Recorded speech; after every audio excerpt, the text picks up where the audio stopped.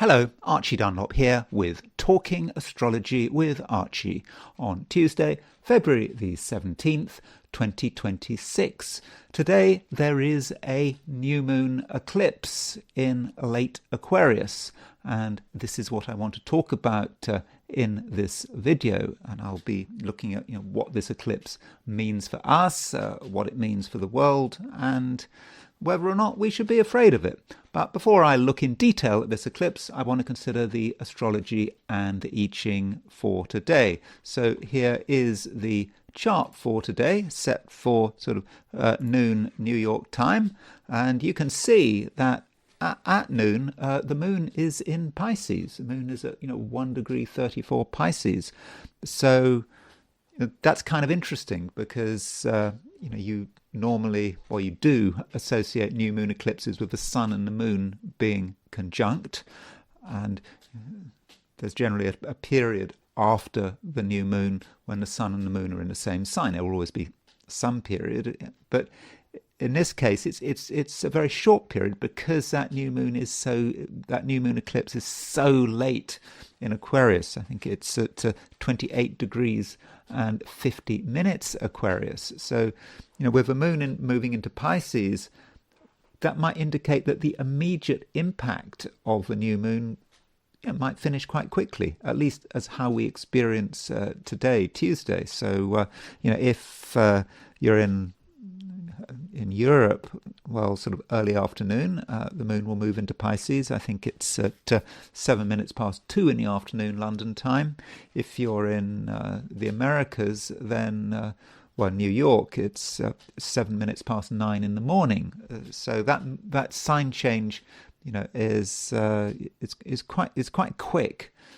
And so that may say something about how we experience this new moon eclipse. And maybe we shouldn't exaggerate this eclipse.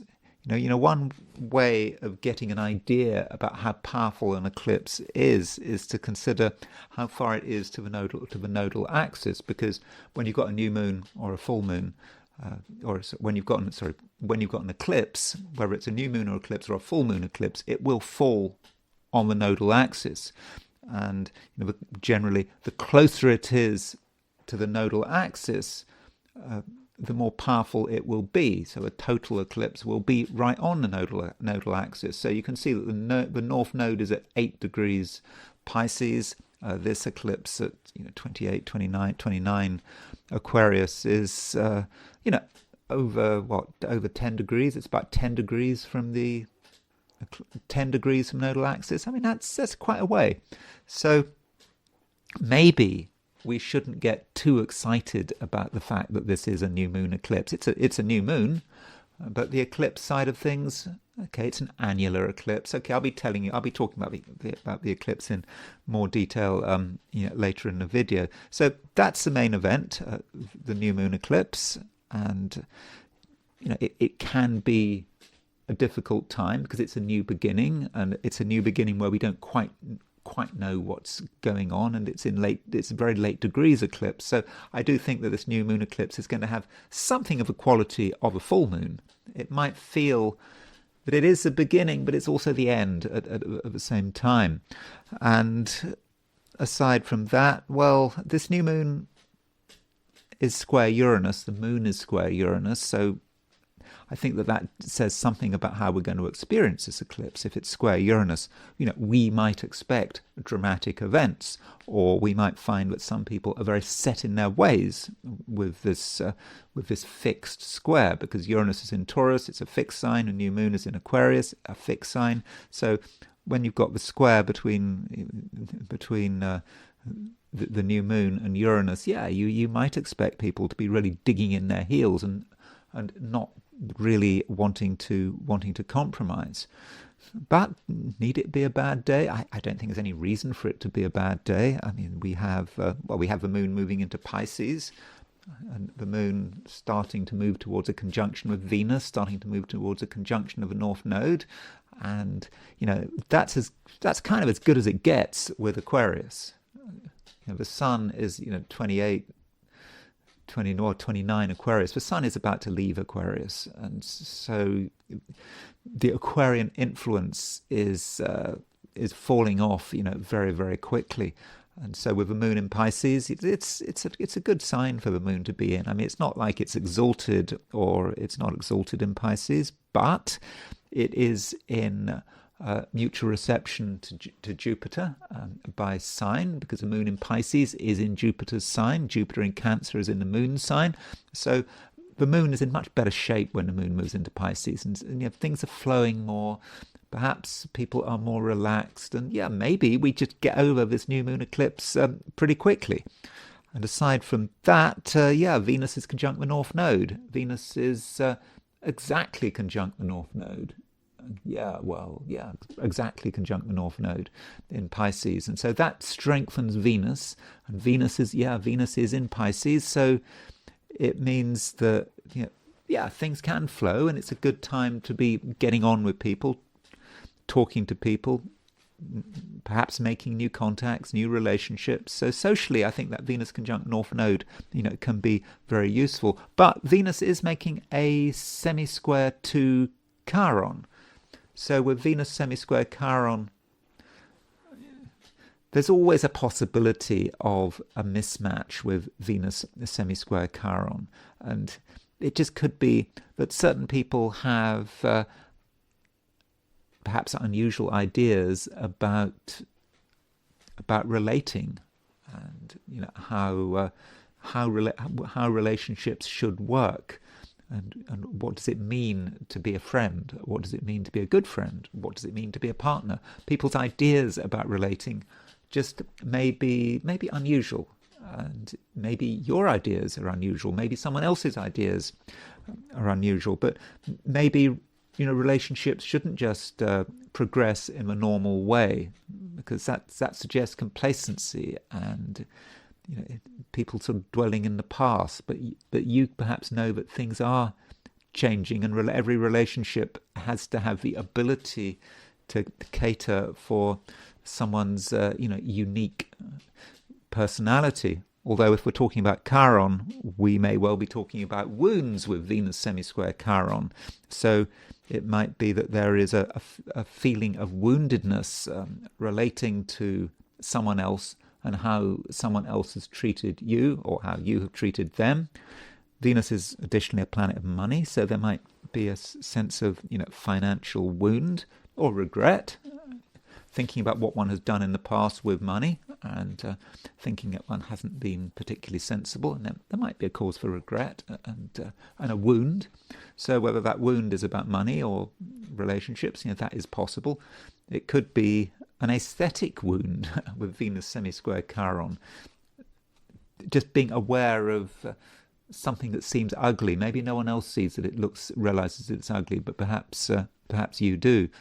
So that's the main picture for today, dominated by the new moon eclipse. And here is the picture for Sydney, Australia, making Sydney the location. Sydney, there's nothing special about Sydney. It's just, if you haven't watched these videos before, there's nothing special about it. It's just a representative of Australia and New Zealand, and to recognise that there is a huge time difference between Sydney and New York. So as far as Sydney, Australia is concerned, and Australasia in general, the moon does not go into Pisces today. And there is a moon at noon Sydney time, is at 22-23 Aquarius. So the new moon is not until late in the day. I mean, it's really right at the end of the day. Maybe if you're in New Zealand, it's the new moon is not until very, very early on Wednesday morning. So there is a bit of a difference there, and I think particularly the fact that there is no moon in Pisces. So, and the full power of that new moon is not going to be felt until the end of the day, but you will be feeling the build up to the new moon, and the sun and the moon will be in the same sign for the whole day. And then there is the heliocentric picture, putting the sun at the center of the solar system, where it should be. And there is that is not the heliocentric picture. Let me just change the coordinates. Sorry about that. Okay, there we go. So there is the Earth getting ready to move out of Leo into Virgo, and so that's something to be maybe looking forward to. And we've just had Sun square Uranus, so end of a weekend, yesterday, Monday, the Sun was square Uranus. So when you got the Sun square Uranus, you tend to have Earth square Uranus as well. You will have Earth square Uranus as well. So the Earth is moving towards a square of Uranus, and the moment the Earth moves into Virgo, which is really very soon, over the next couple of days, it does make that square to Uranus, and I think that we will already be starting to pick up on that square. We can, because we're already getting it from the geocentric Sun square Uranus, and so we know that things are stirred up, and of course this new moon eclipse is square Uranus, so things don't feel stable, and a lot of people are very sure that things are going from bad to worse. Are they? I'm not entirely convinced, but I'll be talking about that maybe later when I look at the horoscope of the new moon eclipse. And Venus is moving to a trine with Jupiter.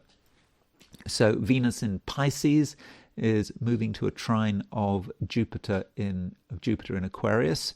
So heliocentrically, that aspect is pretty good. I mean, Venus and Jupiter are the two benefics, and so if they're coming together, then that is something that we should be celebrating. Now, geocentrically, the Venus and Jupiter are also moving towards a trine, but it's not quite there yet. But heliocentrically, it is here, and with over the next day or two, with Venus trine Jupiter, that might represent optimism, a feeling that however difficult things are, this may be as bad as it gets.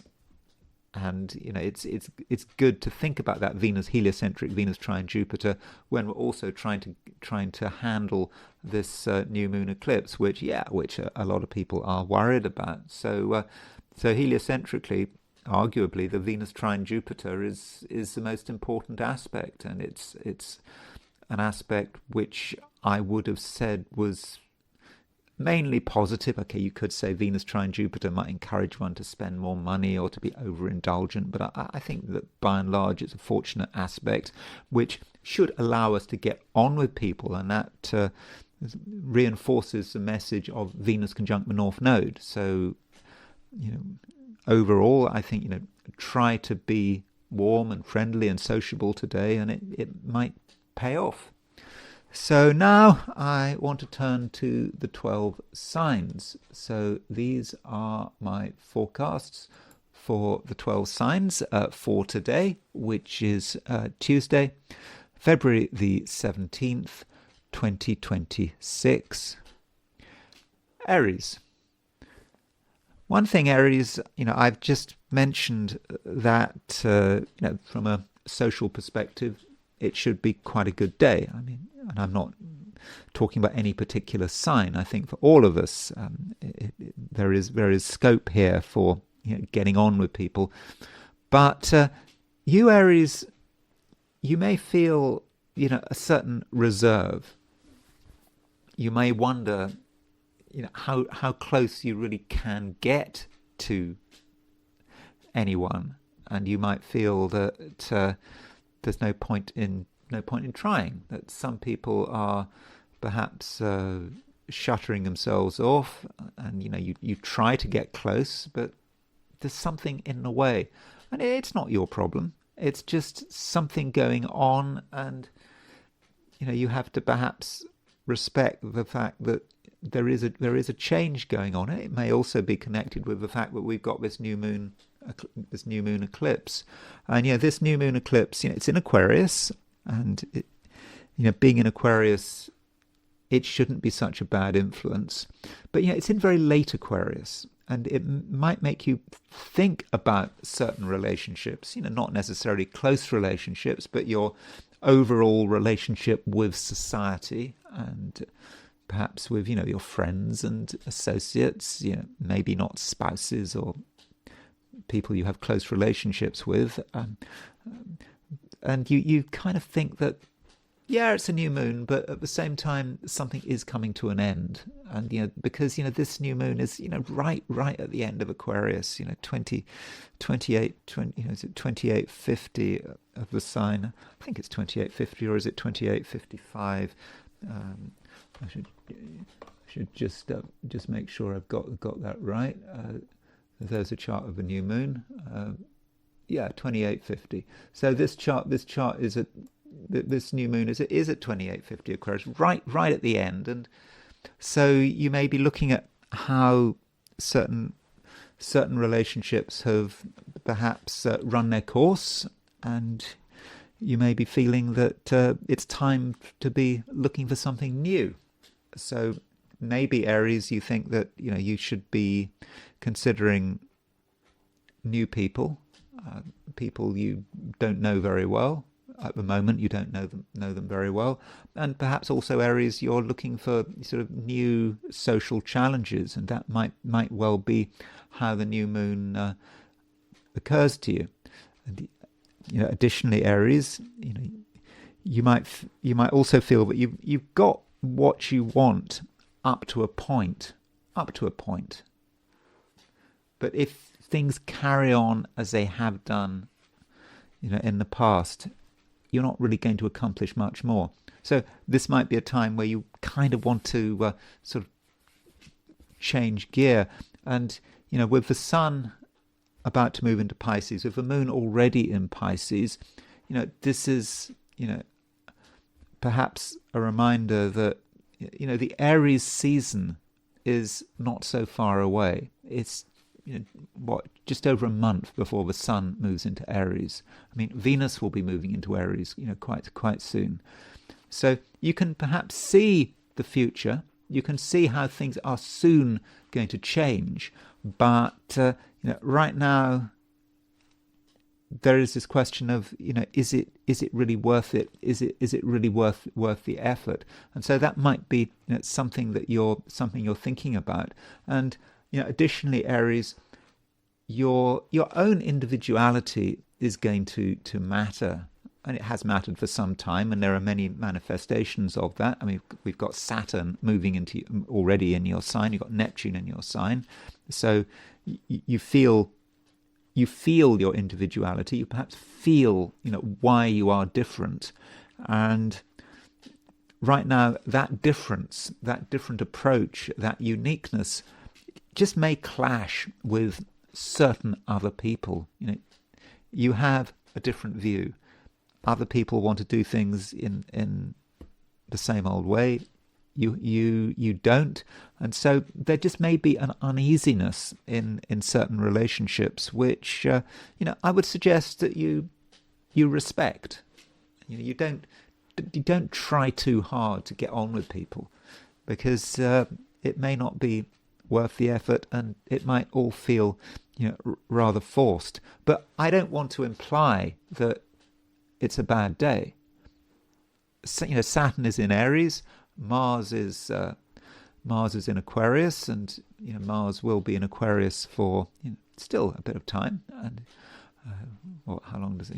A few weeks. And so Mars and Saturn are in mutual reception, and so with Mars, your ruler, in mutual reception to Saturn, this continues to work in your favour. So Saturn in Aries is, certainly for the moment, is a good thing. It gives you structure. It allows you to think about what is important, and you might realise that certain people, certain situations just aren't really doing you much good anymore, and it may be a good opportunity to just move on to something else.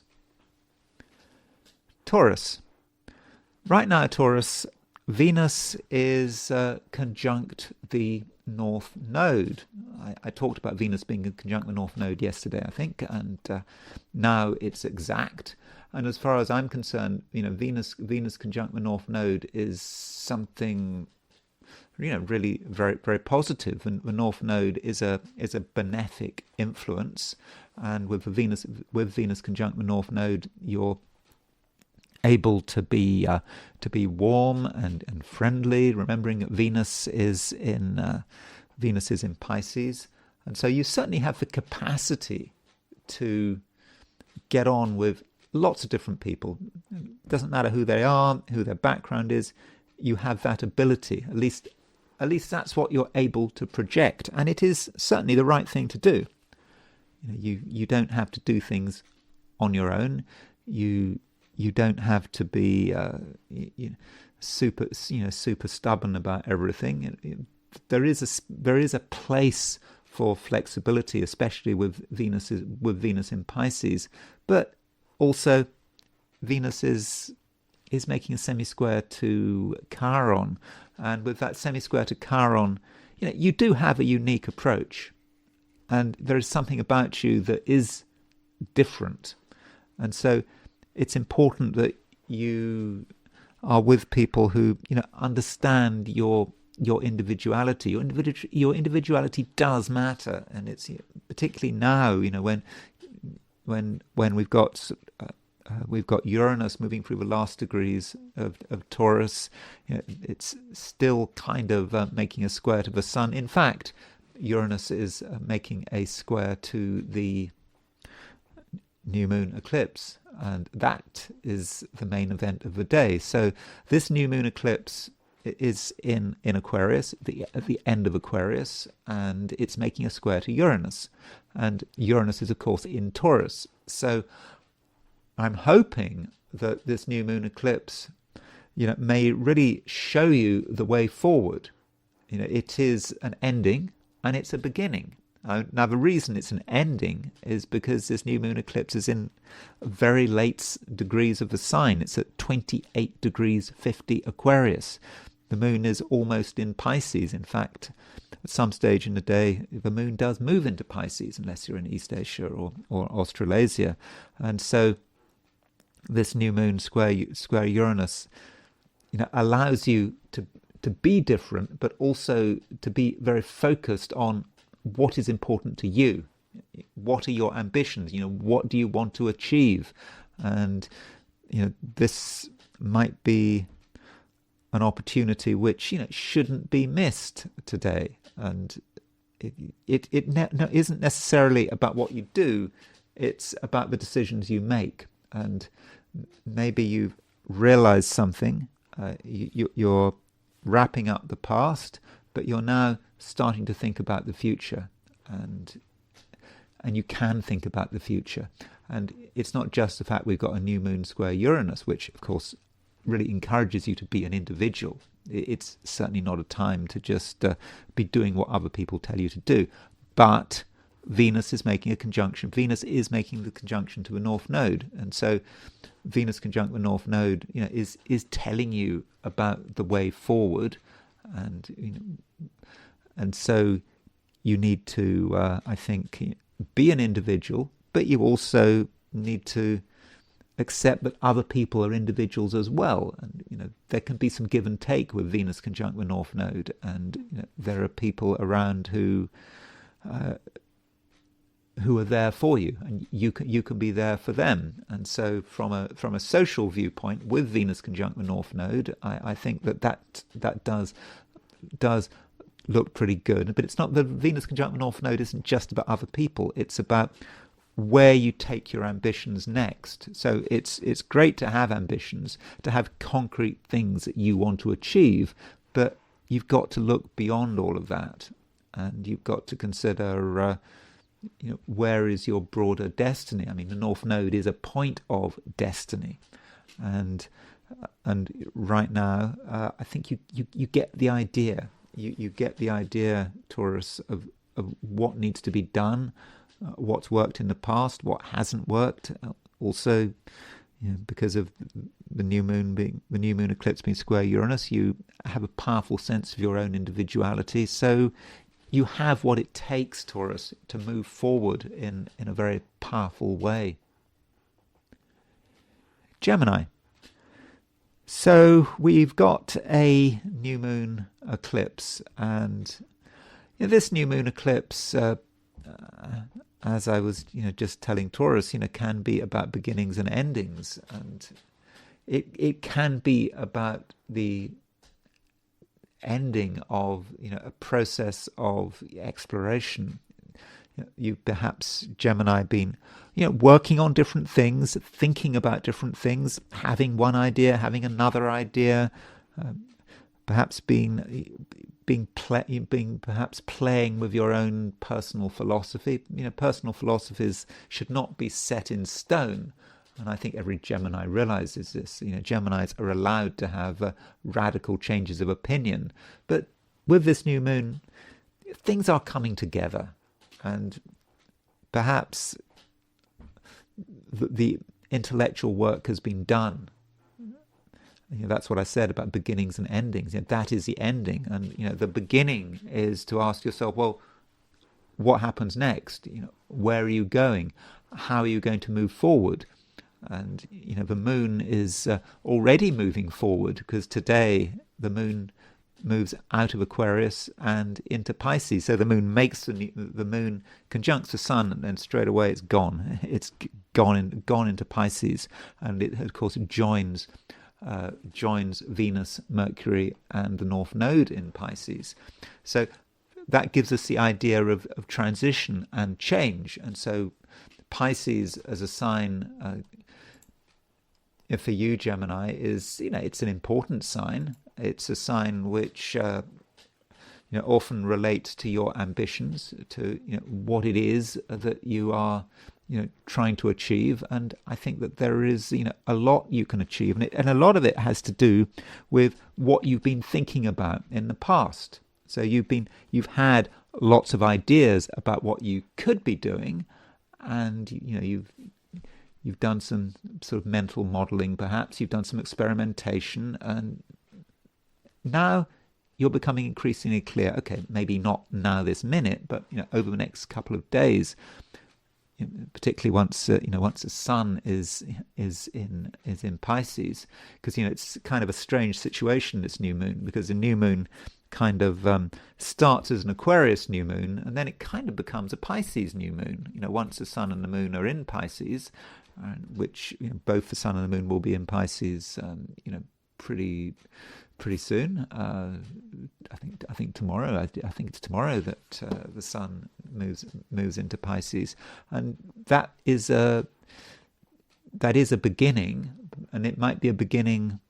Yeah, in terms of your ambitions, particularly now that we've got all these planets moving into Pisces. Very soon we're going to have 4 personal planets in Pisces. That will be the moon, Venus, Mercury, and the sun, and the North Node as well. And so, Gemini, it's okay to start to be ambitious, to start to think about what it is that you want to get going on, because I really do think that there is a lot you can achieve. And furthermore, Gemini, I think that you're going to have a lot of energy. Sometimes your energy gets dissipated, and you don't know what to do with this energy. But now there should be focus. I think Gemini, if there's something that you really want to get going on, do it now. Okay, certainly tomorrow. Maybe as soon as the moon moves out of Aquarius, as soon as the sun and the moon are in a different sign, they will temporarily be in a different sign. Okay, the sun will go into Pisces at a time when the moon will also be into Pisces, but the moon will have moved on to other things, other aspects.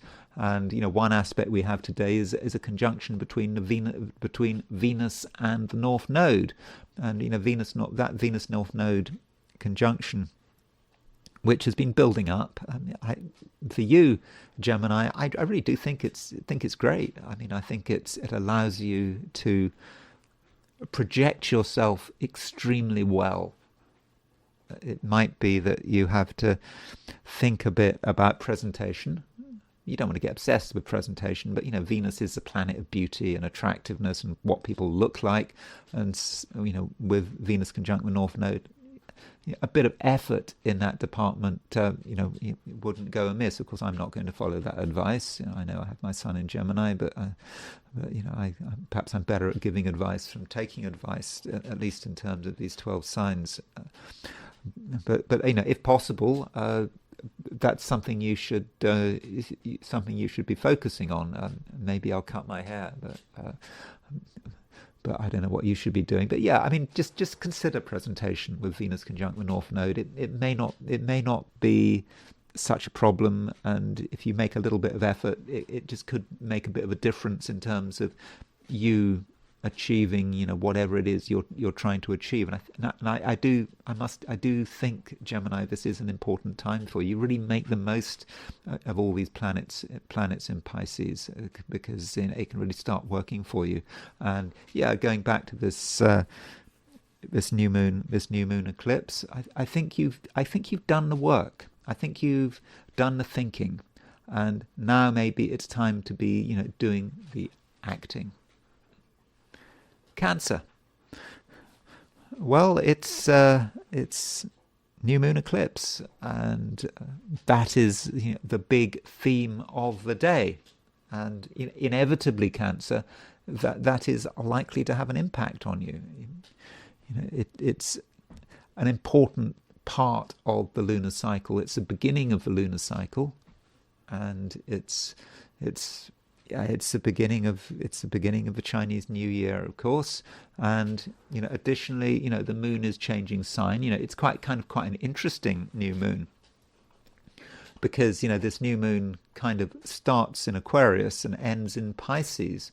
So what happens is that you have the new moon at 28 degrees 50 Aquarius, right at the end of Aquarius, and then the moon goes into Pisces, and then the sun goes into Pisces, and so you kind of start the week with the sun and the moon in Aquarius, and then the next day the sun and the moon are both in Pisces. So the emphasis of this new moon changes. So to begin with, in terms of your experience of this new moon, it might feel rather complicated, as if something new is developing, but it just feels just too much.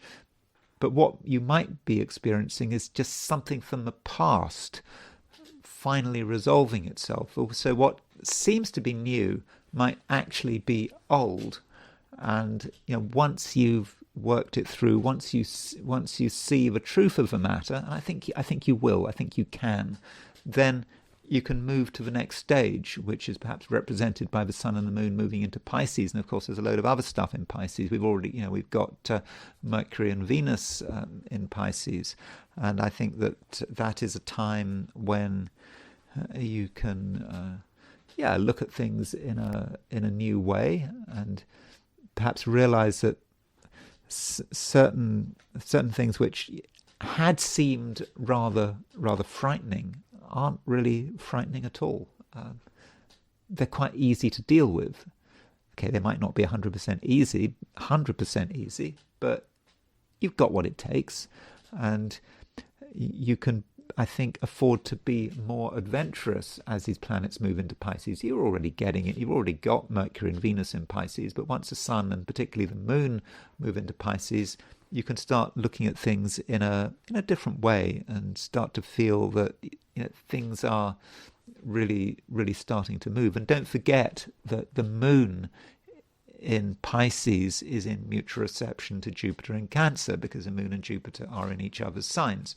So that means that you can make good progress in terms of whatever you're doing, and additionally you can expand your awareness. There is a spiritual side to this moon moving into Pisces, and maybe you just get a sense of perspective. When the moon was in Aquarius, things just could have been difficult, complicated, dangerous. But as the moon moves into Pisces, there is an increased spirituality, but additionally, you can start to sort of float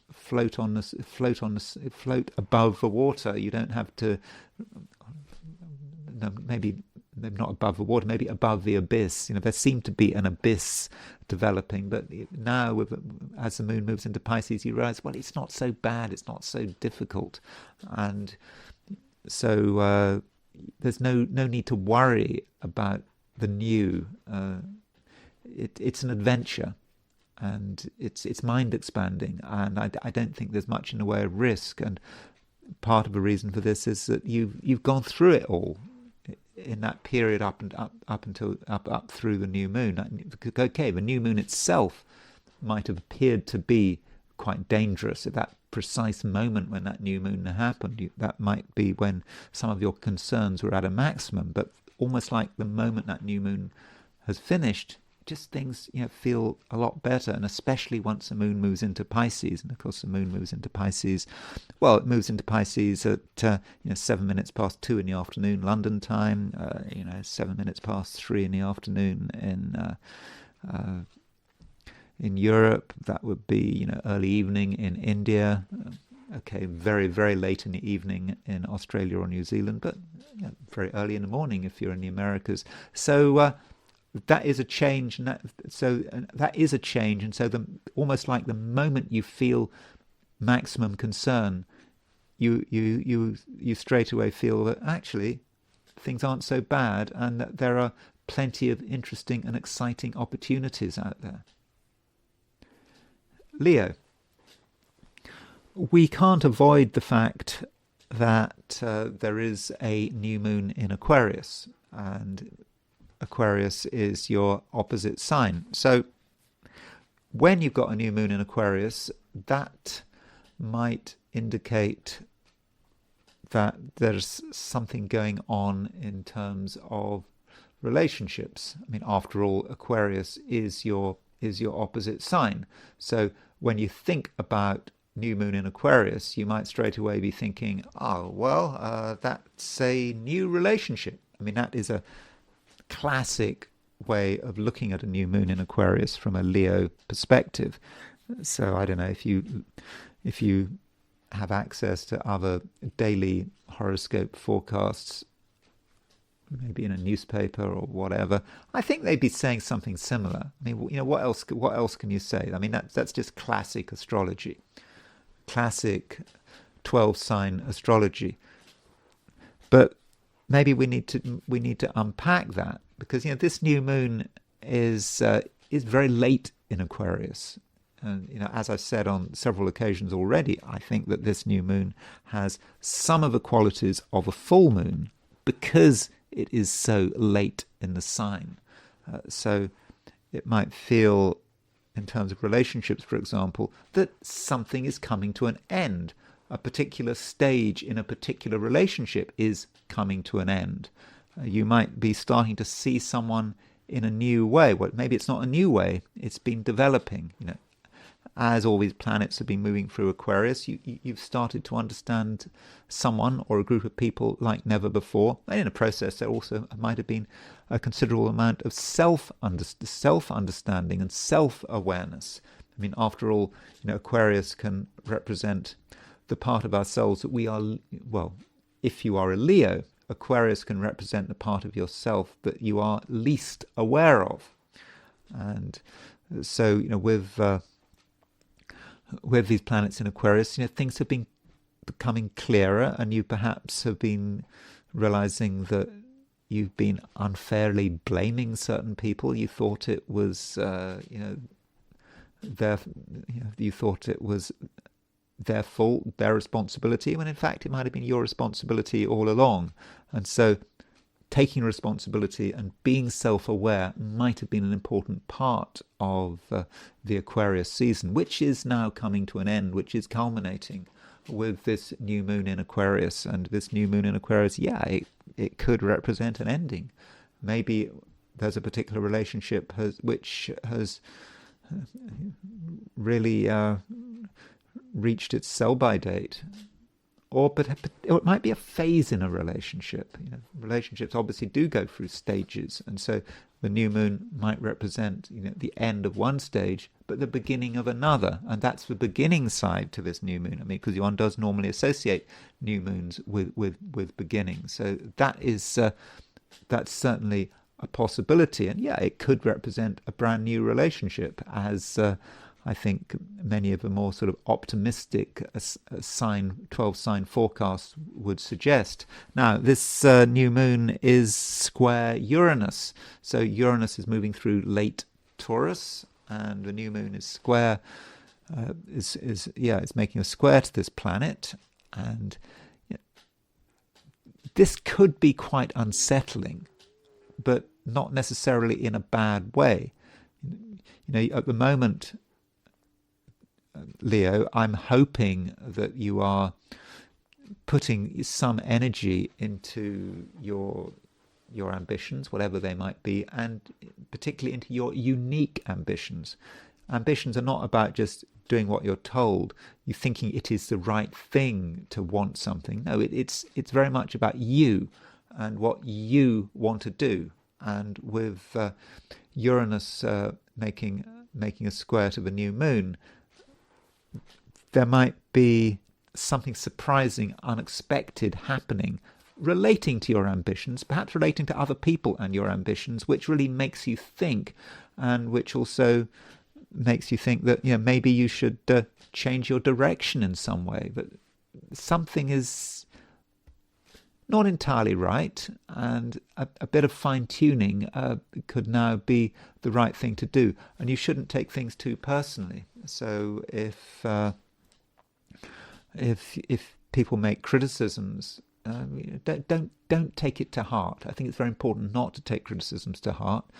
And even if you feel that someone is being judgmental, even if they're not saying something, don't take it too seriously, and have a light touch, as far as is possible, and also, Leo, it is a time to be starting to think about your emotions. I mean, we've all got emotions. You've got emotions, but you're not a water person. All things being equal. I mean, it depends on the precise nature of your horoscope. But there is this growing Pisces emphasis, which to begin with might not be particularly easy, but you're being given a chance to see things in a different way, to perhaps to start to understand the emotional undercurrent. And additionally, we have Venus making a conjunction to a North Node in Pisces. I think that could be useful, and maybe you will understand something for the first time, perhaps of a social nature. You start to see people, you see people's motivations, you start to see who they are, what they can give you, how they can block you. And with Venus conjunct the North Node, that might give you insights into how best to move forward with whatever it is that you're trying to get together. It might well have a connection to your career, for example, if you have a job, and or if you're working on something that's important to you. It might just be that's just something you hadn't noticed in the past, and now, because you've sort of maybe got enhanced sort of emotional sensitivity, things really start to come together. And finally, I should just point out that today and tomorrow,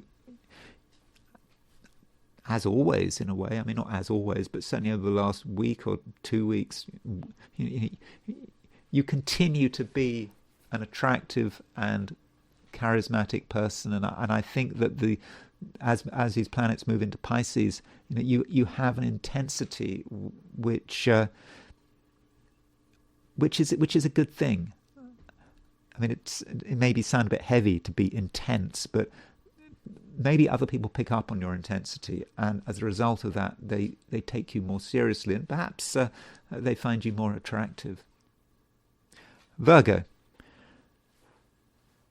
you have at the moment quite a lot of energy. It doesn't seem as if you've got a lot of energy, but I think, Virgo, that there are a lot of things that you want to do, a lot of things you want to get going on, as soon as possible, and so it might be quite easy for you to start to feel frustrated if things are too slow, and you might indeed be rather impatient. You want action, and if you're not getting action, you kind of could get twitchy. You want something to happen, and so maybe, Virgo, you need a little bit of patience, and you shouldn't necessarily do the first thing that comes to mind. I think you have to make sure that everything is in good order before you take your next step. I mean, I think at some stage you are going to want to move. You're going to want to take action, but you have to get your timing right, and you have to make sure that you are properly sort of prepared. And of course, we've got this new moon today, and this new moon in Aquarius, but it's this new moon is very late in the sign. I mean, it's 28 degrees 50 Aquarius, and so this new moon might encourage you to think about what is not right, and your first impulse might be to think, oh, there's a lot to do. But then when you look at things again, it's like you've done 95% of the work. It may not feel like it, but you have done 95% of the work, and there's just a little bit more to do, and you do it, and then you're ready for the next stage, for something new to happen. And the moon is moves into Pisces, immediately having made the new moon in Aquarius. The moon moves out of Aquarius into Pisces. It happens at the same time as Venus is making a conjunction to the North Node in Pisces. And so we know, with this Pisces emphasis, and this growing Pisces emphasis, and don't forget the Sun is about to go into Pisces, that might mean, Virgo, that you can start to think about the other people, the people around you, the people you have to deal with. And I know that you've got a lot of energy. It might feel like trapped energy, but you've got to perhaps give other people a chance to say what they want. You mustn't rush people into making decisions. You mustn't assume that someone is going to do one particular action. They may want to do it in a different way, and I think you need to give people a chance. It needn't be a problem. It shouldn't be a problem. And in fact, I think over the next few weeks, it is a time, Virgo, where you can very much benefit from other people, and it's not all your responsibility. Other people have ideas. Other people are quite capable of organizing themselves, and they're quite capable of making coherent decisions. And perhaps you need to think about what people are suggesting, and maybe you want to follow another person's lead. That might not seem very dignified, but you can't be in a position where you always have to make the decisions, where you have to work things out, whether you have to decide whether or not something's going to work well. That just becomes exhausting, and giving other people a chance to take the initiative might in some way, Virgo, be a relief. Libra. So we've got Venus making a conjunction to the North Node. Now, this has been building up for some time, and Venus is making a conjunction to the North Node in Pisces. And so Venus is, of course, exalted in Pisces, and with Venus making this conjunction, I think in general it puts you in a good position. You're able to think about what needs to be done, what can be done, and I think that there is a lot that you're optimistic about. And if you make an effort, any effort, it should be good enough. So you might be of a view that you don't quite know what to do, and where do you start? Well, you just do the first thing that is required of you, or you feel that it's required of you. You do one thing. It might not feel very natural, but you do it, and one thing leads on to another, and to an extent you can just trust your feelings as one thing develops into something else, and it just in the end feels that you're just moving in the right direction.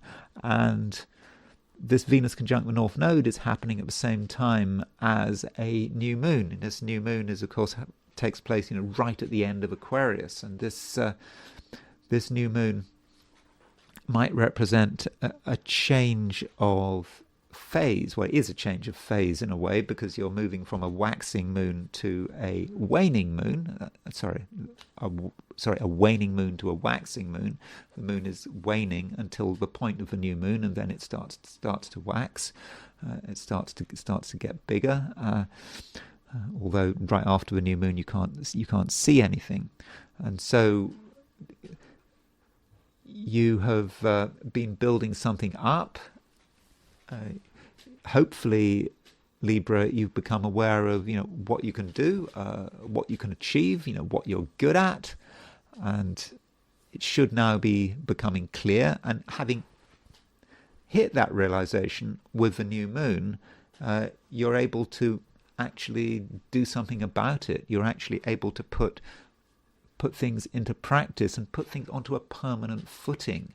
And that is always the thing, isn't it, about creativity and doing things that you're good at, doing things that you enjoy. There can be moments of bliss when it all seems to be working, and then you get distracted and you think about something else and you've lost the moment. And if you want to keep that moment, then you kind of need discipline.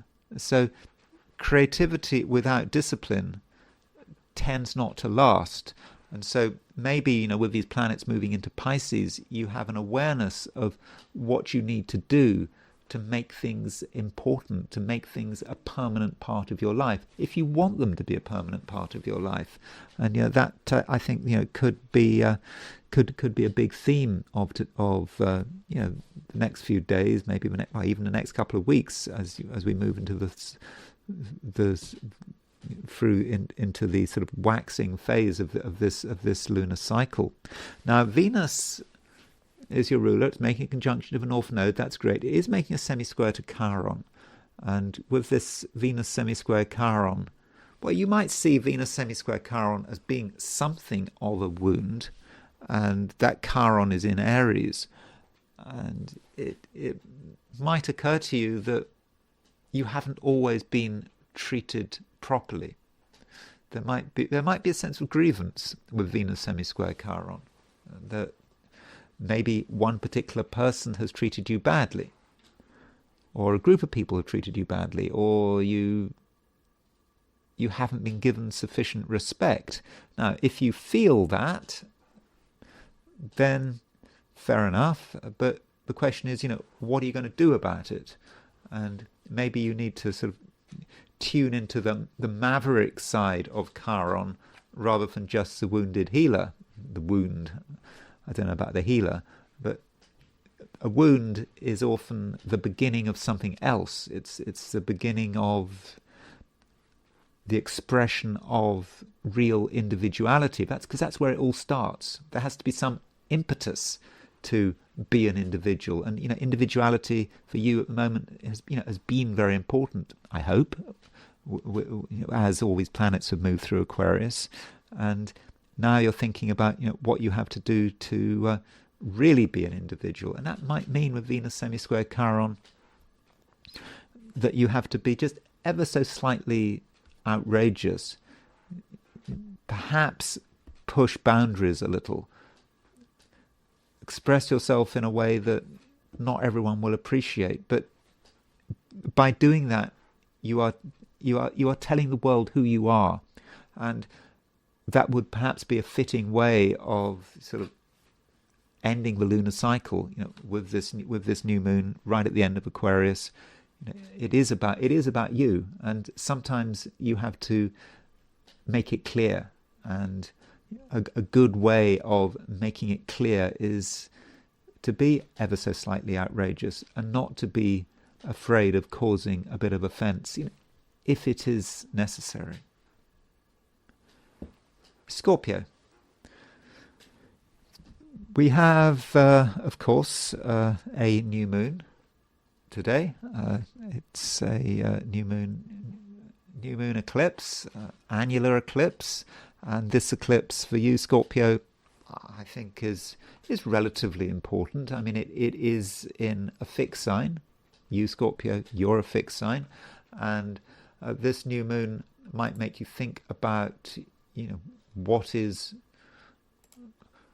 home, what is security, and perhaps you've been thinking a lot about this issue. I think you have, with all these planets in Aquarius. Of course, these planets are now moving out of Aquarius. Mercury and Venus are already out of Aquarius. The Sun is about to leave Aquarius. And, this new moon is perhaps the culmination of Aquarius season, and you may feel that you understand now what is important to you.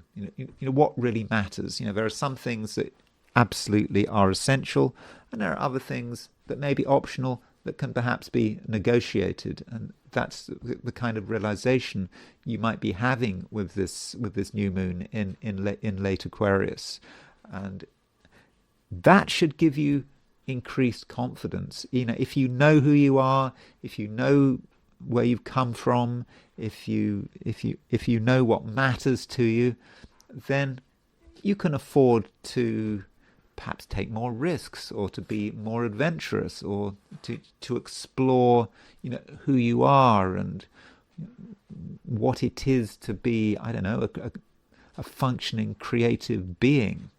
And when the moon makes a conjunction to the Sun, but it's right at the end of Aquarius, and then it moves into Pisces. So that's another planet in Pisces. So then we'll have 3 planets in Pisces, and we're soon going to have 4 planets in Pisces, because the Sun is about to change sign.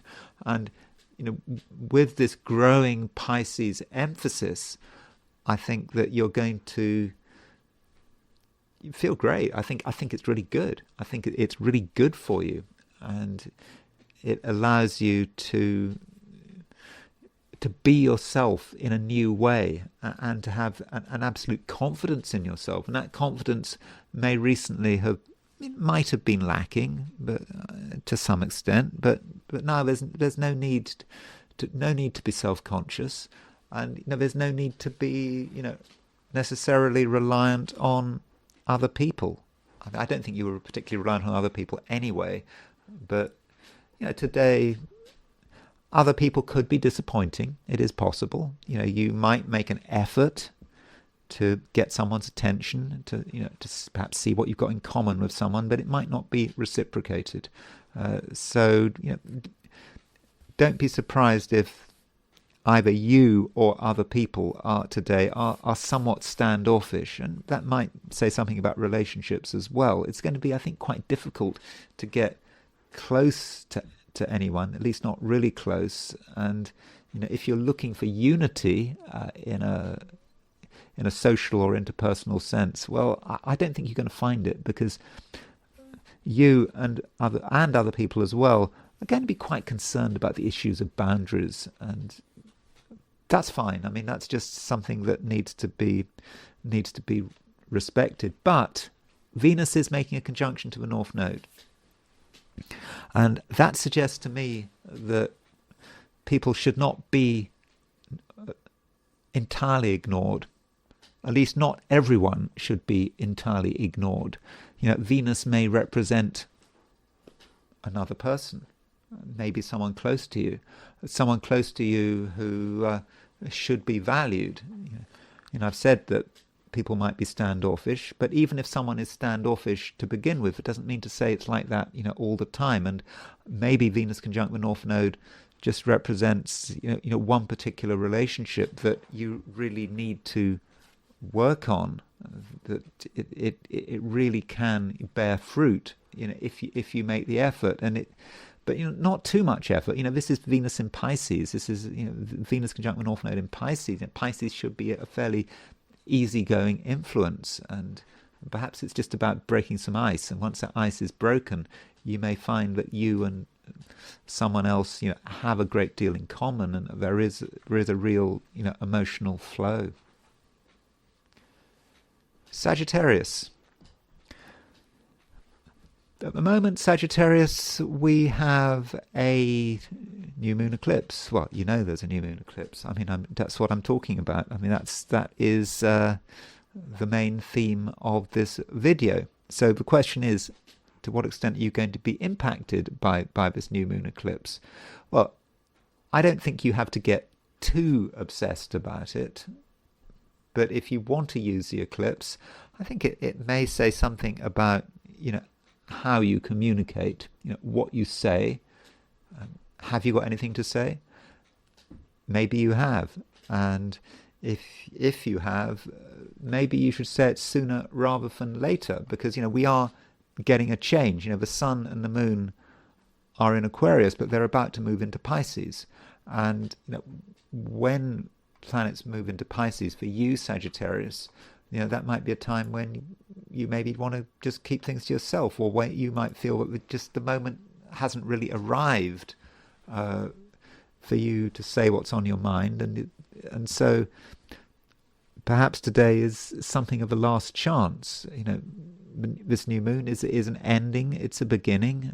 As far as the ending is concerned, maybe something has to be wrapped up in terms of what you say. You might want to conclude something, and a good way to conclude is to be open and honest. In fact, honesty can really go a long way today.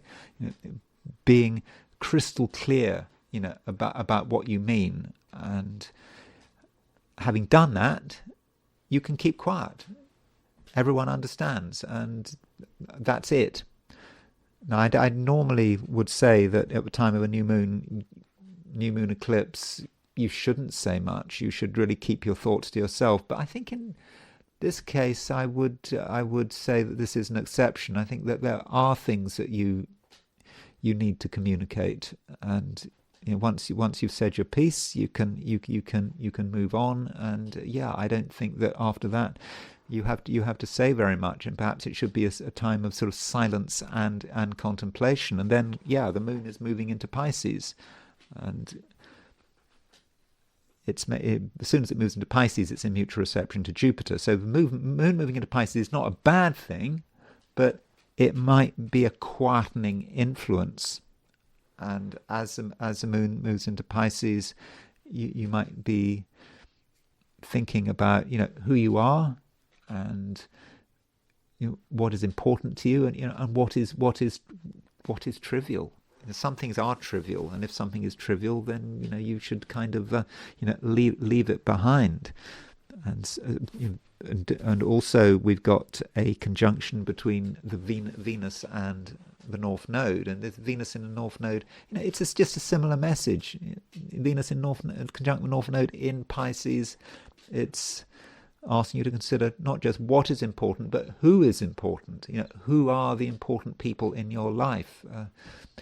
What do you need to get close to them? How do you make them happy? How do they make you happy? And I think that with Venus conjunct the North Node, you have an opportunity to ground yourself in the sort of right kind of relationships. So that's really it. I don't think there's a huge amount to say. And as far as you're concerned, well, you've got something to say, but once you've said it, it's perhaps time to be quiet, to maybe move into the shadows, and to sort of concentrate on what is important, and also, who is important. Capricorn. I think that it's not necessarily a bad day. No reason why it should be a bad day. Mars and Saturn continue to be in mutual reception. Mars and Saturn are in each other's signs. Aquarius is a sign ruled by Saturn.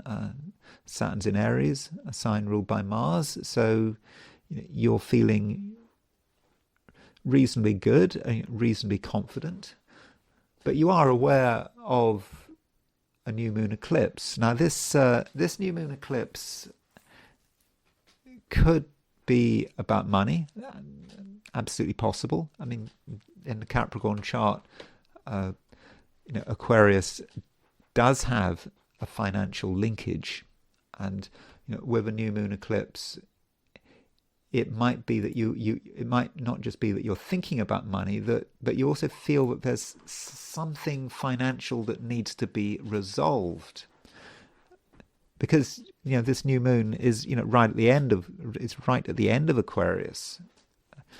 So because it's at the end, it's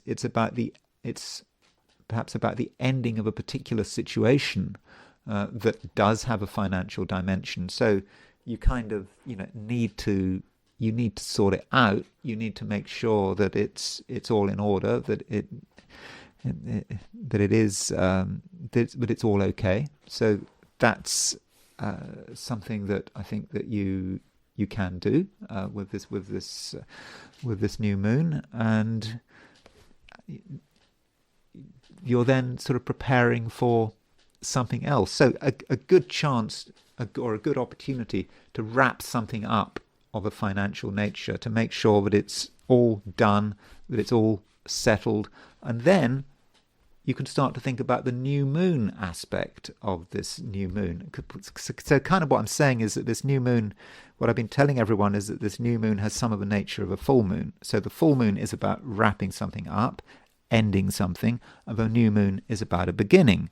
So the new moon might represent a financial beginning as well. So having sorted out one financial issue, you can start to look at your finances in a new way and start to see, what is possible. And quite a lot is possible. I think it should be clear to you what is possible, with this new moon financially. So that might be something to be thinking about over the day. And then the moon moves into Pisces, and the moon in Pisces allows you to change pace.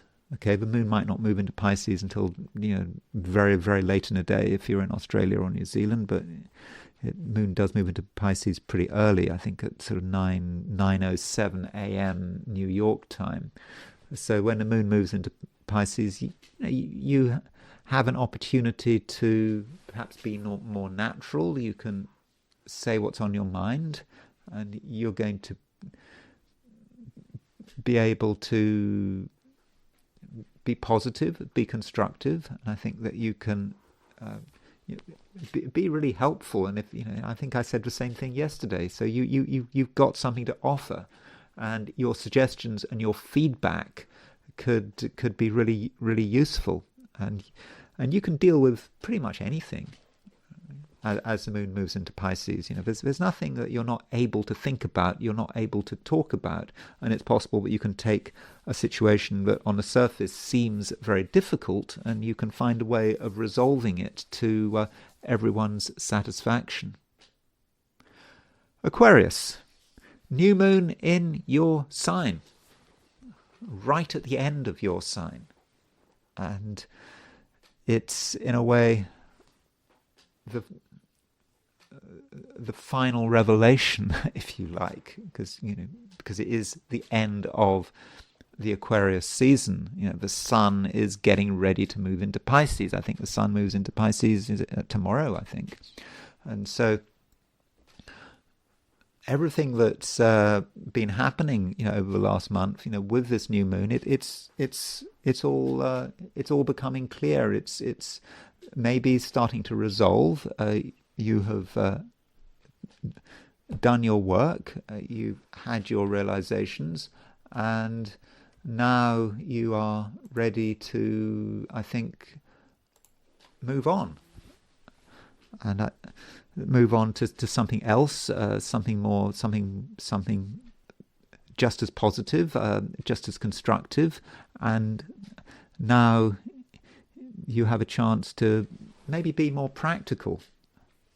Because as soon as you've had this new moon in Aquarius, the sun and the moon straight away move into Pisces pretty much, and the moon certainly moving very quickly into Pisces.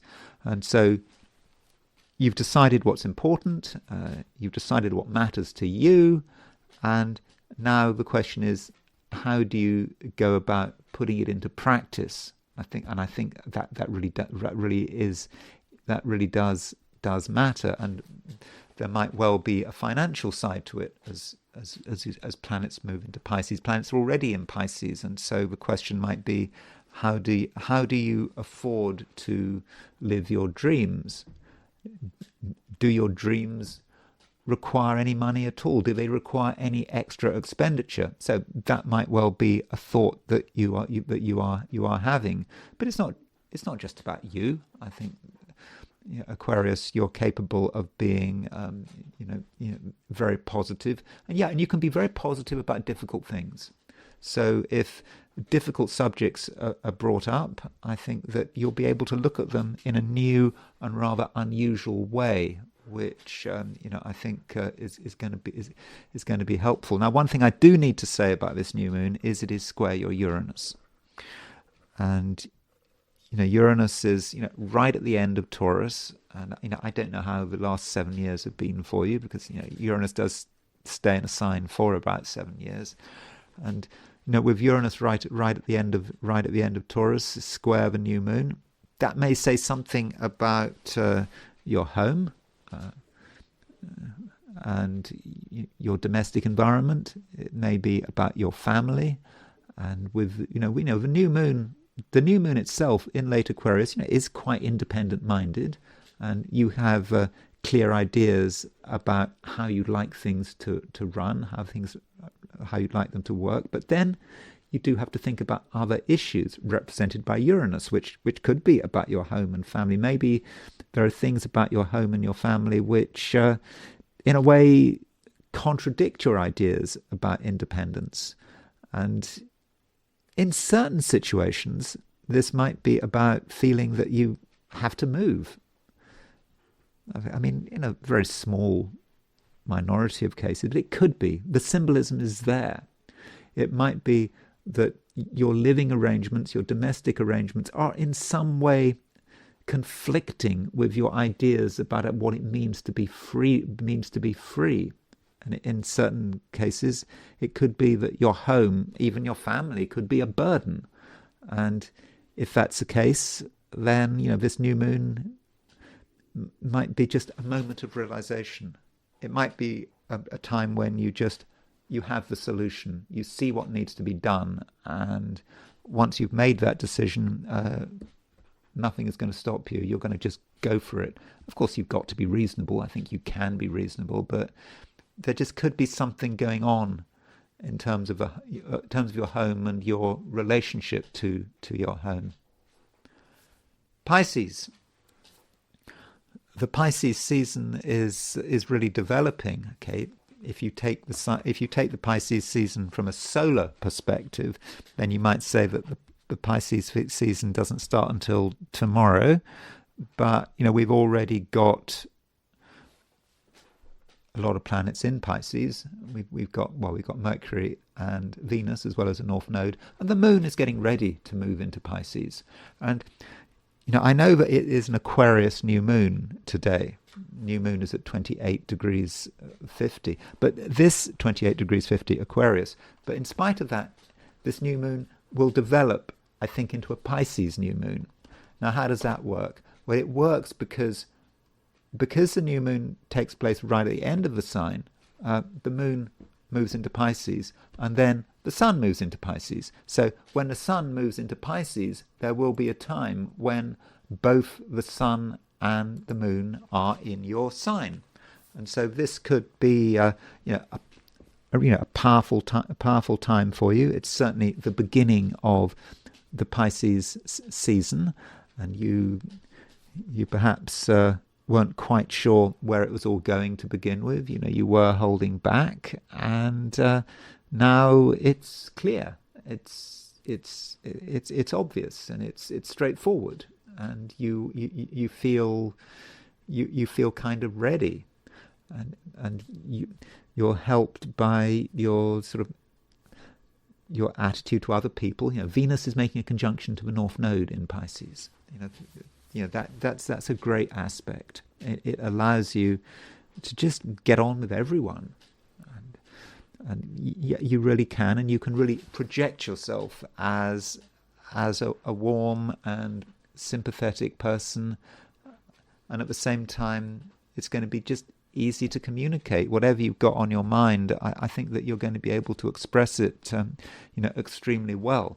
So I know the new moon is in Aquarius, eclipse in Aquarius, but I wouldn't worry too much about that sign. I think in a way this new moon is in Pisces, and I think that as far as what's happening today is concerned, it might just feel like a transition. You're moving from one thing to another, and your moment has, I think, arrived. So if something needs to be done, I think that very soon you're going to be able to do it, and you're going to be able to do it in a way that is very sort of smooth and sympathetic, and getting other people onto your side shouldn't be much of a problem. So those are my forecasts for the 12 signs, and it's now time to look at things from a perspective of the I Ching. So I asked the question, what is Tuesday going to be like for those watching the I Ching section of this video? And the first hexagram I got was hexagram number 36, which is darkening of the light. Now, this is a very appropriate hexagram to have on the day of an eclipse. You think of an eclipse, darkening of the light. In this case, it's a solar eclipse, so the moon is crossing the sun. It's not an exact fit, though. I mean, we're not going to suddenly see the light darken, but certainly symbolically, we've got the idea of the darkening of the light. And if you look at the structure of the hexagram, you see that the bottom three lines, the bottom trigram represents the sun, and it is at the bottom. It's obscured. The top three lines are are all broken, and so the negative has overwhelmed the positive. That might be a way of looking at it. And with the darkening of the light, you get the idea of something being hidden. So we might have our light, we might have our brilliance, our genius, whatever, but are we really going to be able to reveal it at the time of the darkening of the light? And the answer is probably no. And if we do try to show the world who we are, well, we might not be appreciated, and it might be that just everything has to get hidden, and that might be the best approach. And even if we try to show the world who we are and what we can do, we might be ignored, and that's perhaps the easiest and most straightforward way of looking at the darkening of the light. And of course, at the time of a new moon, new moons are a time of silence. They're not a time for advertising who we are. We think of things germinating in the cold earth. That's the darkening of the light. It's not about bringing something out into full view. So that's the broad hexagram, and I think that it kind of describes the new moon very well. Now, the fourth line moves, and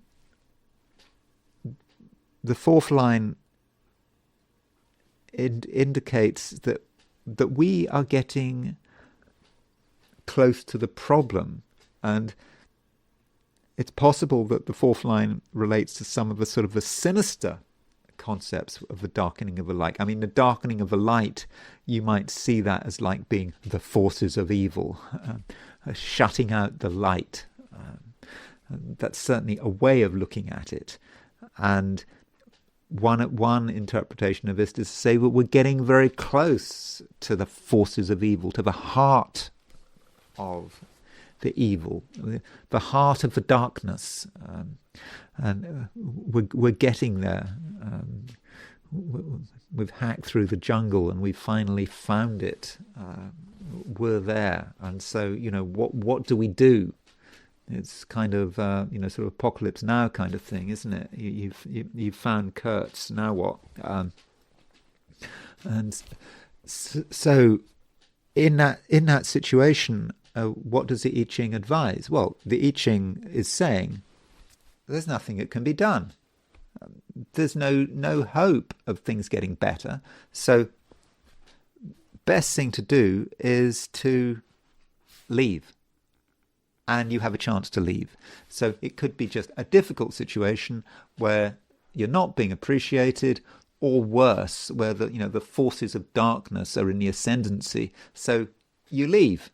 That's one interpretation. I mean, there is an alternative interpretation, and that's the interpretation provided by Greg Winkup in his translation of the I Ching. He says he sees it as being about influence, being able to get through to someone, perhaps some official, someone who themselves might represent the darkness, but you get through to them and you get them to understand something, and you finally have an influence.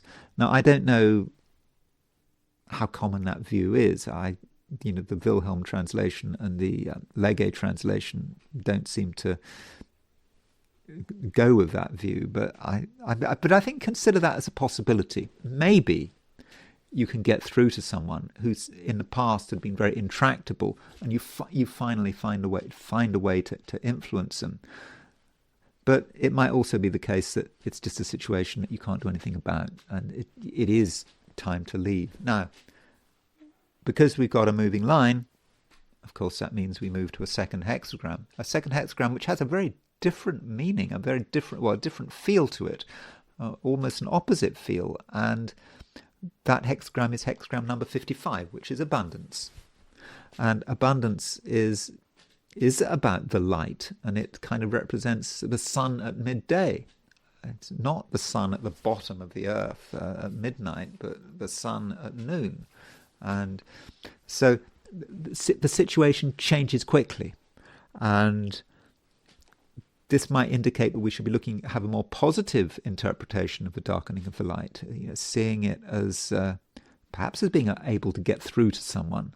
And after a period of darkness, things come together very quickly. And this might also say something about the way the eclipse is structured. So if you think about this eclipse is happening at 28 degrees 50 Aquarius. The moon is totally blotted out at 28 degrees 50 Aquarius.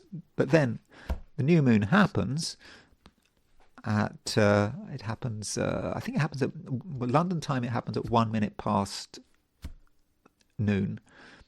And then 2 hours later, the moon is out. The moon is out of Aquarius. So the moon escapes pretty quickly.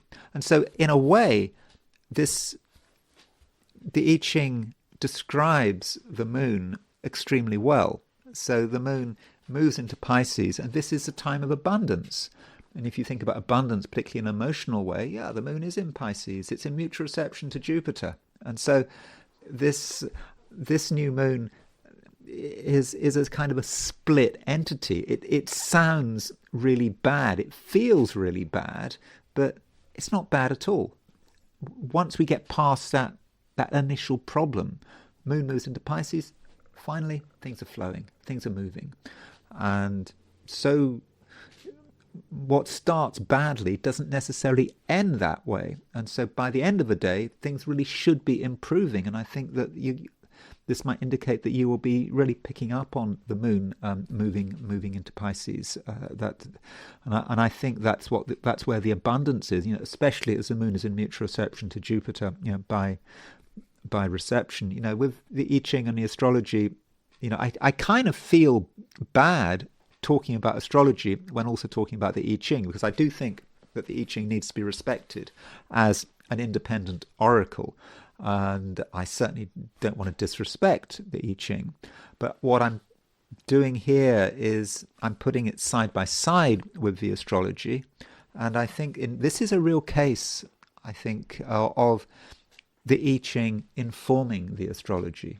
And when I interpret the new moon, because I'm just about to talk about the new moon, I'm actually, I think, going to be using the I Ching to help me understand the eclipse. So this is actually an example of the I Ching really helping me understand how the astrology is working. So now I will look at the new moon. So this new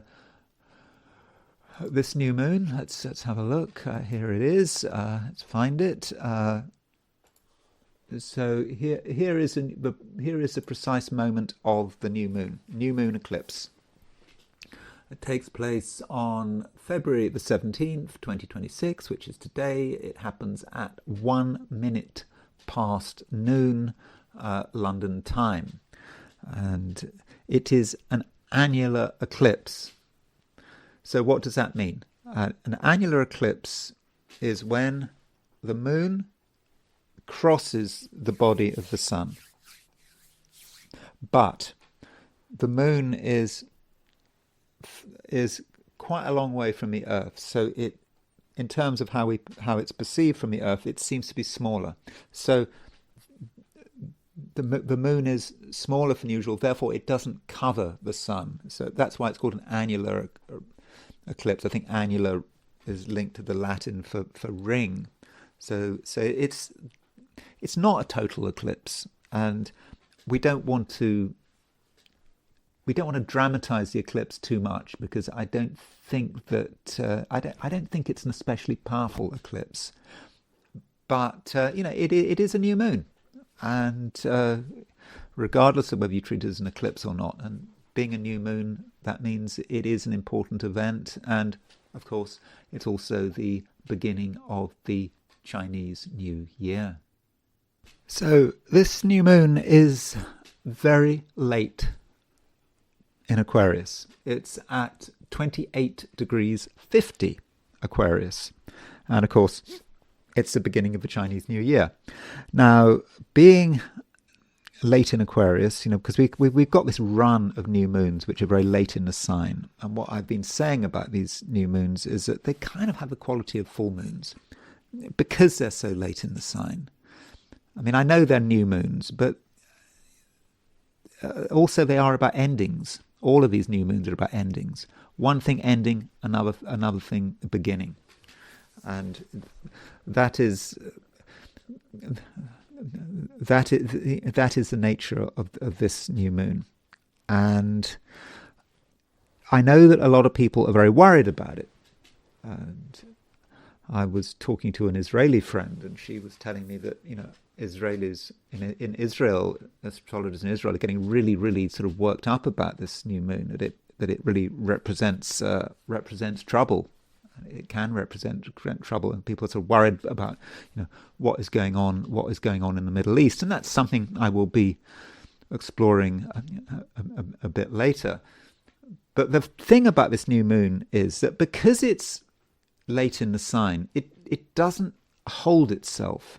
What I mean is that, if you think about it, looking at it from a Greenwich Mean Time, this new moon happens at 1 minute past 12 noon. The moon moves into Pisces at 7 minutes past 2 in the afternoon. So just over 2 hours later, the moon moves into Pisces. And so it doesn't really hold the sign Aquarius very long. And the moon, having been in this really difficult position, being conjunct the sun, and a rather difficult sun, you could say, because it's in Aquarius, the sign of its detriment, it moves into Pisces. And what happens when the moon moves into Pisces? The moon is in mutual reception to Jupiter. And moon is in Pisces, Jupiter's sign, Jupiter's in Cancer, moon sign. So the moon straight away moves into a pretty good position. So it moves from the darkness into the light, very, very quickly. And I'm wondering if that might be what this new moon is about. It seems on the surface really, really difficult. A real problem, a lot of worries, geopolitical worries, economic worries. Maybe you yourself are going to be worried about certain things when the new moon hits home, but then it doesn't last, it doesn't hold. So I think that this is a very changeable new moon, and it is an ending and it is a beginning. And I don't know whether I'm being overly optimistic, but maybe this new moon is the end of a really difficult and traumatic time, which is soon going to change, at least in the short term.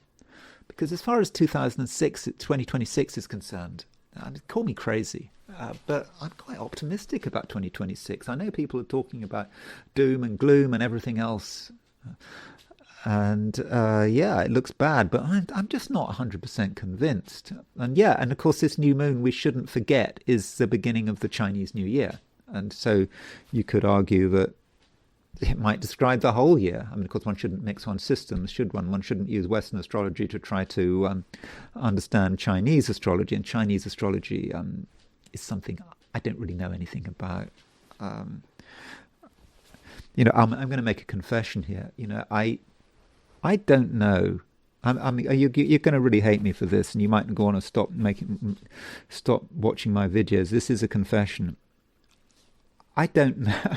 Honestly, I do not know what Chinese animal we're about to move into. I don't know. I mean, I could have looked it up, but I decided not to.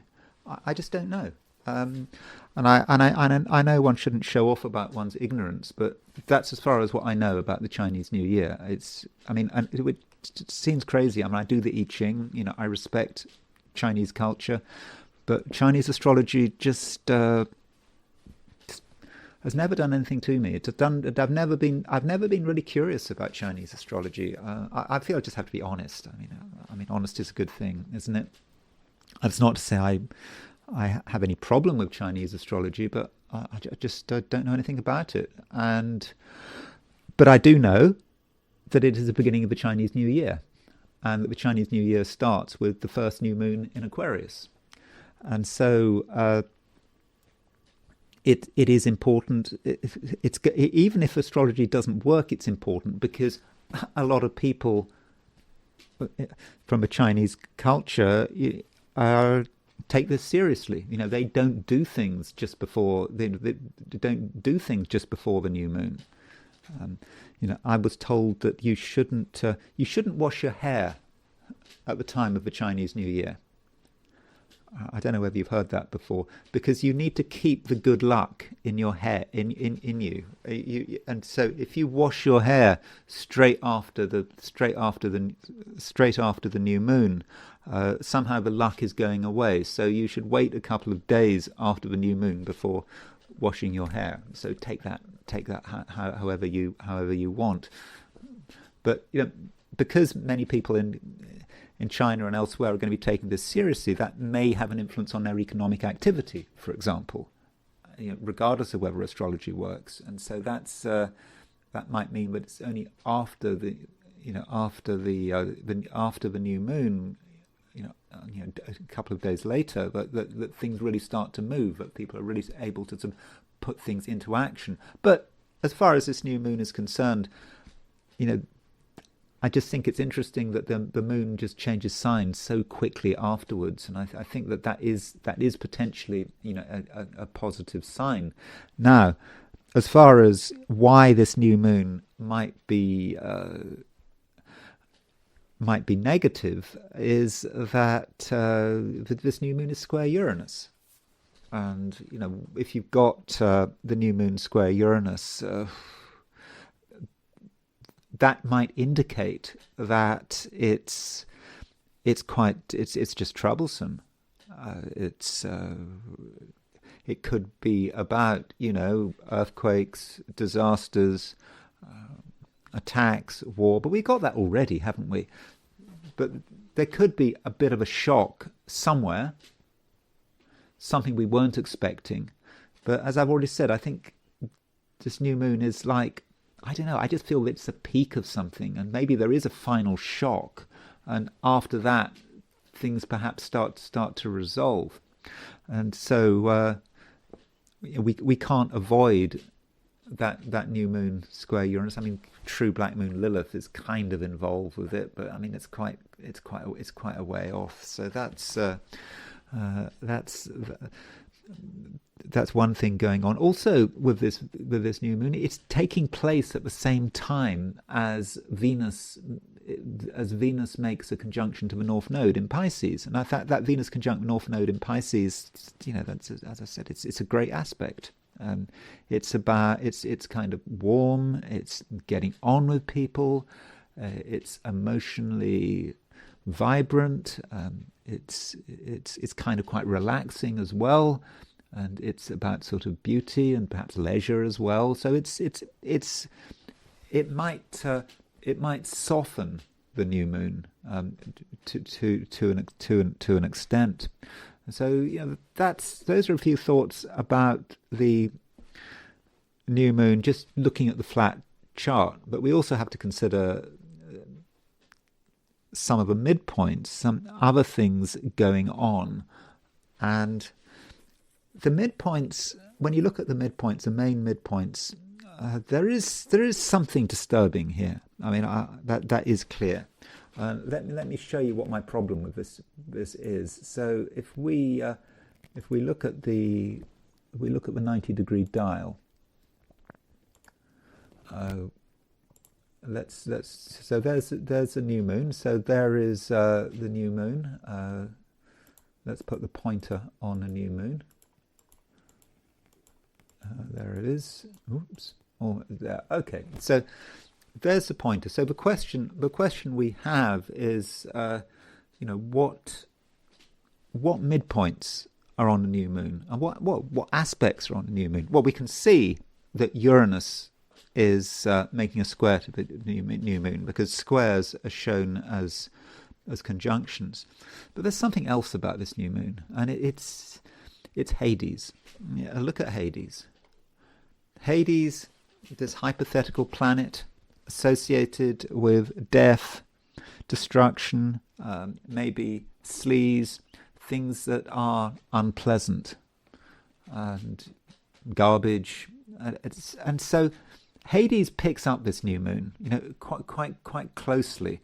So I think Hades is currently in Cancer. Let me just go back to the chart just to show you what I mean about Hades.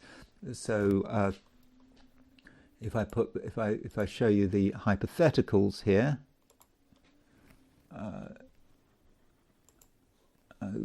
if we show the 8 hypotheticals, you see Hades is at 14 degrees 10 Cancer.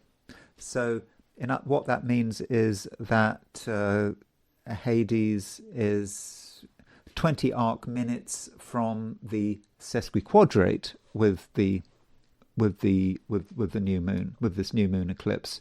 So the Hades influence is very much there. It's something we can't avoid, and that means that Hades is on the Sun-Moon midpoint. By definition, it's making a sesquiquadrate to the Sun-Moon midpoint. So there's a Hades feel to this new moon. Additionally, this new moon is on the Venus-Mars midpoint. So new moon on the Venus-Mars midpoint, well, that might indicate issues around sex, for example. Relationships in general, maybe how countries are working with each other, but having Hades on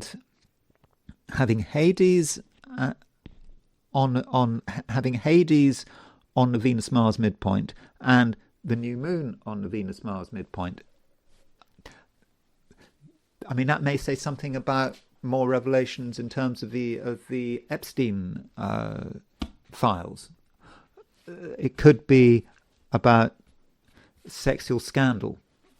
I mean, if we look at what Vita says about Hades on the Venus-Mars midpoint, it's not just the sun and the moon on the Venus-Mars midpoint, but Hades. See, he says Hades on the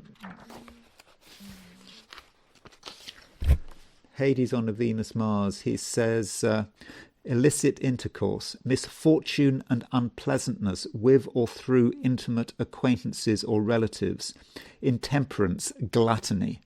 And if it's on the moon as well, servants. What are servants up to? So there is something problematic here about Hades on the Venus-Mars midpoint, and Hades on the Sun-Moon midpoint as well. So if you see what Vita says about Hades on the Sun-Moon midpoint, miserable married life, partnership or friendship, the prostitute, sad hours, dealing with disagreeable matters on a daily basis. And that kind of says everything about some of the scandals that are floating around us. You're just everywhere. So there's something unpleasant and sordid about this new moon that we don't sort of immediately see on the surface, and that Hades influence. So it's square Uranus, but that suggests something surprising. But there is a sordidness to it, and there's a lot going on now which is sordid, with particular reference to the Epstein files. So there could certainly be further developments in this direction. Now, as far as geography is concerned, looking at different places and how they might be impacted by this new moon eclipse. So this chart was set for London, and this new moon is, it's on the midheaven. So I think that's could have some influence, but it's pretty far off the midheaven. It might have something to do with the British ruling party, the Labour Party. So if you look at the chart of the Labour Party, one of the charts of the Labour Party, it has its Mars at 28 degrees 12 Aquarius. So it's that might say something about feuding in the Labour Party.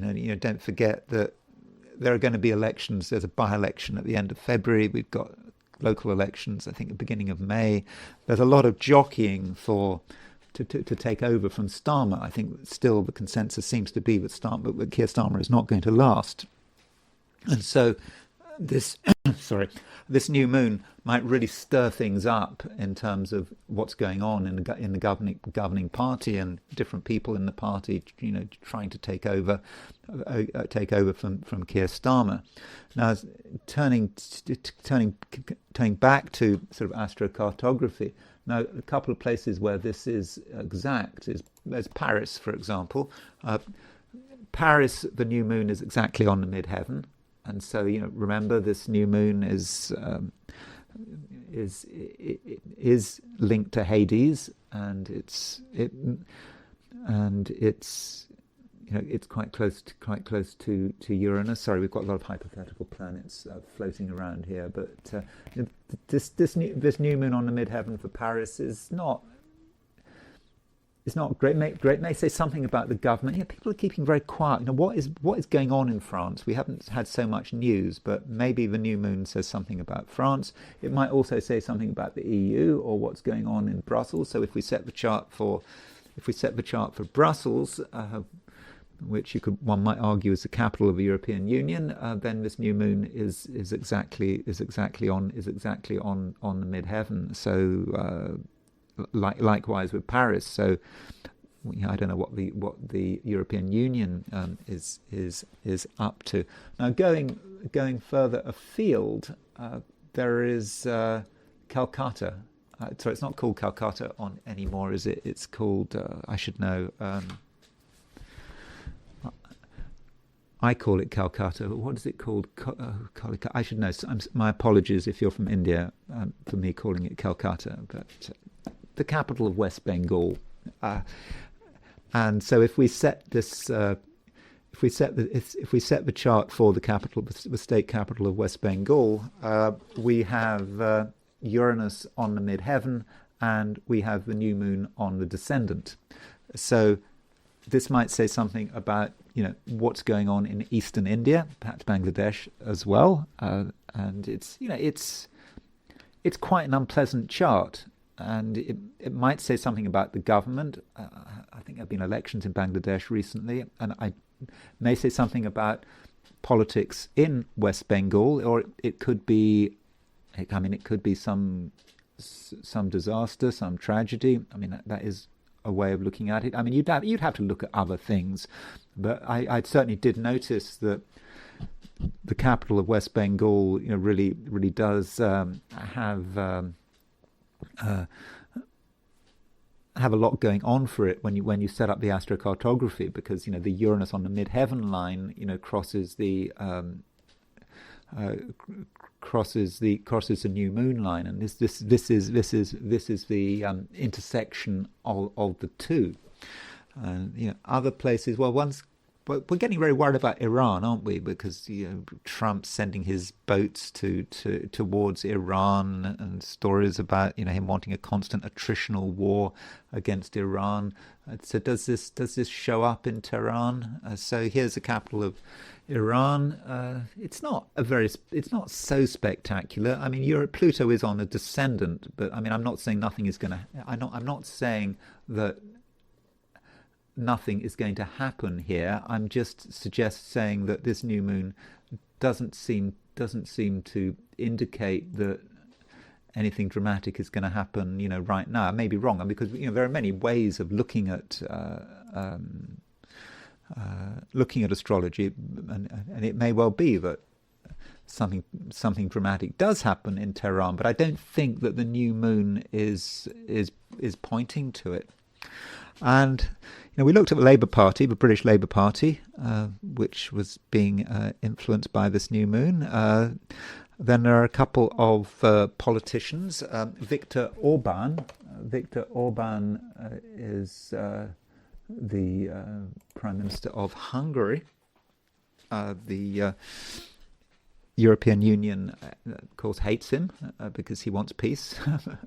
He wants an end to the war end to its war with Russia, and he has got his Mars at 28 degrees 39 Leo. So Viktor Orban, he has got this eclipse right on his Mars. He's got a Mars-Saturn opposition in his chart as well, and I'm sure there are huge forces out there trying to discredit him, hoping that somehow he's going to lose the election. And I think Viktor Orban needs to be very careful at the time of this eclipse, because I think his enemies may be coming out of the woodwork, and also with his Mars, he needs to be careful how he asserts himself. Of course, there's also, if you're talking about Mars, you are talking also about physical danger. I mean, that's always a possibility, but one assumes that he is well protected. And then there is Israel. Israel's chart. So it's the Israeli. Why are the Israeli astrologers so concerned about this eclipse? And so here's a horoscope for Israel, set for May the 14th, 1948 at 4 p.m. And like Viktor Orban, Israel has its Mars at 24 degrees 18 Leo. So this full moon, this new moon eclipse is right on Israel's Mars, and of course Mars is the sort of significator of war, the armed forces, the IDF, and so having the new moon the new moon is opposition his Mars. That might be some sort of military trial or something going on which Israel has to fight against. Of course, it might be the impulse to go to war, and so the tension levels are probably going to rise. And we shouldn't forget Benjamin Netanyahu's chart, the Prime Minister of Israel. He has his Mars at 26 degrees Leo. So this new moon is opposition Israel's Mars, and it's opposition Benjamin Netanyahu's Mars. But if Benjamin Netanyahu has his Mars conjunct his country's Mars, that might indicate that some people in Israel are just getting sick of him. That is possible. But there's a fundamental conflict, perhaps, between Benjamin Netanyahu and his own country. There's a potential for a conflict there. And it just may be that this new moon, opposition Israel's Mars, opposition Netanyahu's Mars, may say something about his political situation. And when one thinks about conflict, it may just be political conflict. Although with Trump sending all his aircraft carriers, there's a lot of nervousness about what's happening. And I will finish with Trump's chart, because this